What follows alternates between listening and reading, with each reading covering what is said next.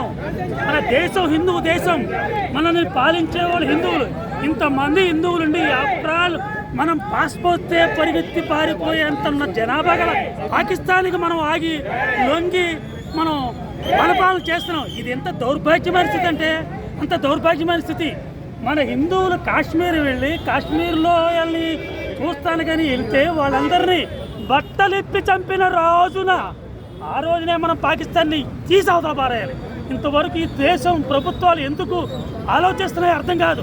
దొరికిన ఉగ్రవాదిని హిందూ దేశంలో హైదరాబాద్లో లక్షల మంది ఉన్నారు పాకిస్తానీయులు. వాళ్ళందరినీ ఏరండి, తెలిసి దొరికిన వాడిని దొరికినట్టు చంపేయండి. ఆ రోజునే హిందూ దేశం అంటే ఏంటో అర్థమవుతుంది. హిందువులు మేమందరం కూడా మమ్మల్ని కాపాడే దేశం ఉంది, రాజ్యం ఉంది, ప్రభువులు ఉన్నారని చెప్పి మేము కూడా గర్వంగా ఈ దేశంలో నివసించగలం. లేదంటారా? ఇప్పటికే హైదరాబాదు నాశనం అయిపోయింది. ఓ పక్కన కాశ్మీర్, ఓ పక్కన కేరళ, ఇంకో పక్కన పశ్చిమ బెంగాల్. వీళ్ళందరిలో కూడా రోహింగ్యాలు అక్కడెక్కడి నుంచో మన దేశానికి అడుక్కోవడానికి, తినడానికి, మన కాళ్ళ పట్టుకోవడానికి వచ్చి మన మీద ఉగ్రవాదం చూపిస్తున్నారు.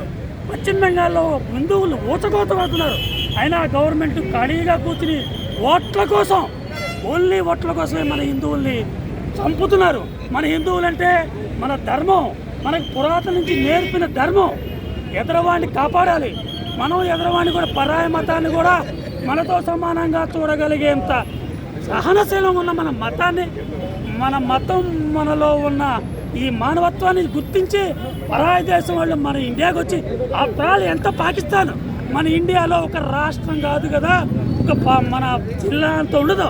ఆ దేశం వచ్చి వాళ్ళు మనం నేర్పించడమా ఏంటి? అరాచకం, ప్రభువుల పాలకుల అరాచకత్వమా, మన హిందువుల్లో ఉన్న అమానసత్వమా, అనేకత్వమా? మన హిందువులు ఇప్పటికే మన దేశంలో ఇంత జరిగిందని చెప్పి ప్రతి భారత్